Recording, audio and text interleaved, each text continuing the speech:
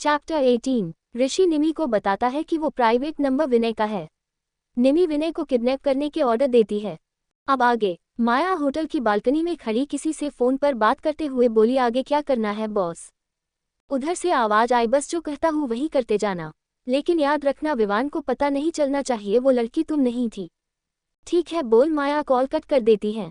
उधर दूसरी ओर विनय अपनी कार से ऑफिस जा रहे थे कि जैसे ही सिग्नल से टर्न कर आगे की ओर जाते हैं उनकी कार के पीछे ब्लैक कलर की 2 से 3 गाड़ियां उनकी कार को घेर लेती है। सुनसान रास्ते पर विनय की कार को घेर कर खड़े थे।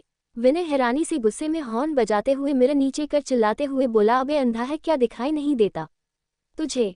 उसने इतना ही कहा था कि कोई पीछे से ऐसे रुमाल में क्लोरोफॉर्म सूंघाकर बेहोश कर देता है।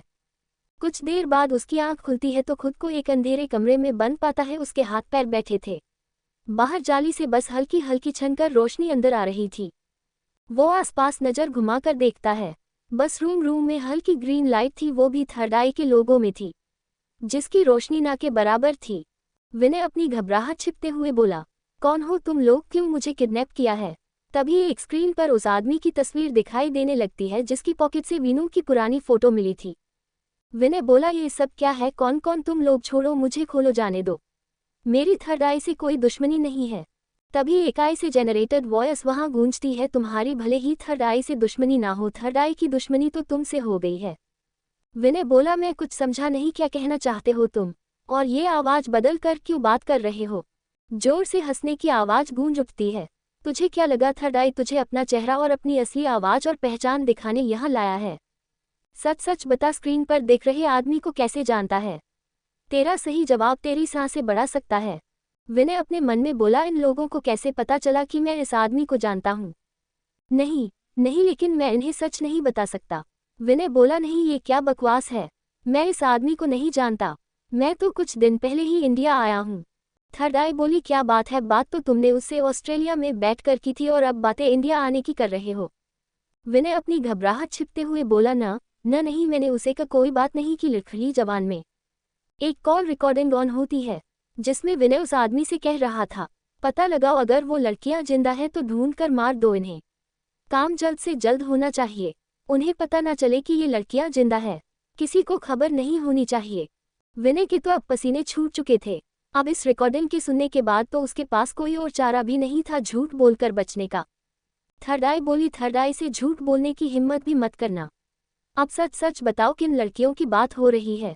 निमि दूसरे रूम में बैठी अपनी वॉइस से आई टूल की मदद से बदलकर बात कर रही थी।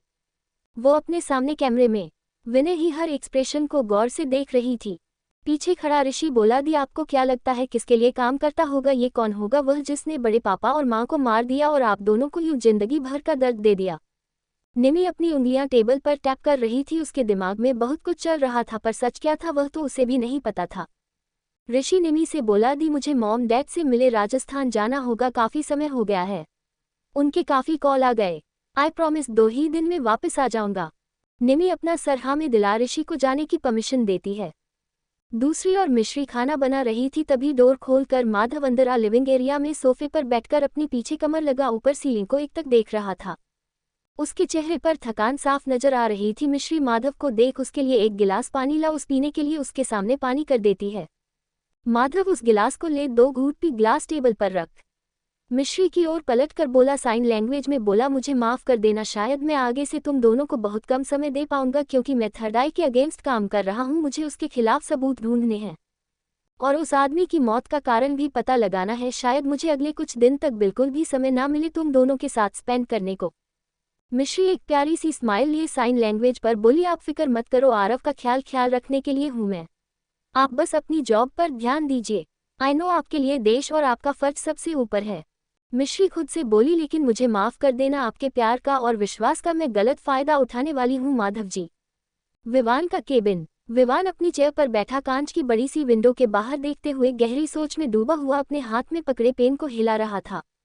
पता नहीं क्यों पर उसे कुछ भी ठीक नहीं लग रहा था। बार बार उसे बस निमि का चेहरा याद आ रहा था, निमि का उसे छोड़कर जाना याद आ रहा था, जबकि उसका निमि के साथ इतना कोई खास लगाव भी नहीं था। विवान के केबिन का डोर नॉक होता है। विवान पलटकर देखता है तो वहां निवान खड़ा था। निवान को देख विवान अपनी जगह से उठकर बोला, भाई आपको अगर कोई काम था तो मुझे बुला लिया होता। निवान बोला बुला लेता किस भाई को जिसने डाइवोर्स लेने से पहले मुझसे बताना भी जरूरी नहीं समझा, उस भाई से, या उस भाई से जिसने निमी जैसे क्यूट मासूम सी बच्ची का दिल तोड़ दिया। बोलो किस भाई को बुलाता मैं। विवान अपनी नजरें झुकाकर खड़ा हो जाता है। निवान थोड़ी तेज आवाज में बोला, अब नजरें क्यों झुका रहा है? क्योंकि तू जानता है तू गलत है, तूने गलत किया है निमी के साथ। विवान अभी भी कुछ नहीं बोला, नजरें झुकाए खड़ा था। निवान को जब कोई भी विवान की ओर से जवाब नहीं मिलते तो वो वहां से चला जाता है। कपूर मेंशन। सभी लिविंग एरिया में उदास से बैठे थे। सभी को इस डाइवोर्स का दुख था कि शादी को अभी ठीक से 10 दिन भी नहीं हुए और ये शादी 10 दिन में ही टूट गई। सभी के चेहरे के 12 बजे थे।